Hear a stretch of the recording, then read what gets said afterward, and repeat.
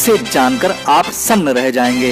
इस truck driver का नाम है मूलाराम भील। यह जोधपुर के रहने वाले हैं। मूलाराम ने हमें बताया कि वो रोजाना ट्रक में पत्थर भरकर जोधपुर से पाली आते थे और रात को वापस ट्रक को खाली करके पाली से जोधपुर लौटते थे। गुरुवार की रात को मूलाराम पाली से जोधपुर के लिए रवाना हुए तो रास्ते में ओम बन्ना के धाम के पास सड़क के किनारे खड़े एक व्यक्ति ने हाथ देकर उनका ट्रक रुकवाया। मूलाराम ने हमें बताया कि उसने ट्रक रोका तो उस व्यक्ति ने उसको भी जोधपुर ले जाने का आग्रह किया तो ड्राइवर मूलाराम ने उस व्यक्ति को अपने ट्रक में बैठा लिया और जोधपुर की ओर रवाना हो गए।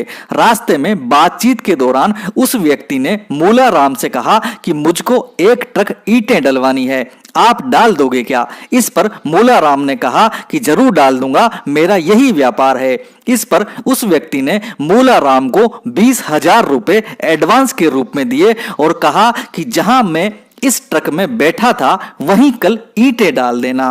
मूलाराम ने बताया कि इसके बाद जोधपुर आ गया और वो व्यक्ति उतर कर चला गया।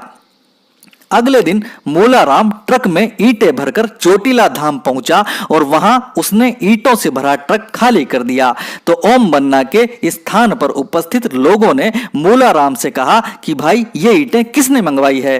तो इस पर मूलाराम इधर उधर देखने लगा। तभी अचानक उसकी नजर ओम बन्ना के फोटो पर पड़ी तो उसने तपाक से फोटो की ओर इशारा करते हुए कहा कि इन भाईजी ने कल रात ऑर्डर दिया था एक ट्रक ईंटों का।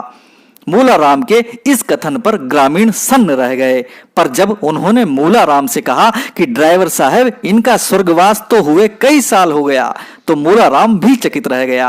मूलाराम ने हमारे संवाददाता से कहा कि मुझे अपनी किस्मत पर यकीन नहीं हो रहा है कि ओम बन्ना ने मुझे दर्शन दिए और स्वयं मेरे ट्रक में बैठे।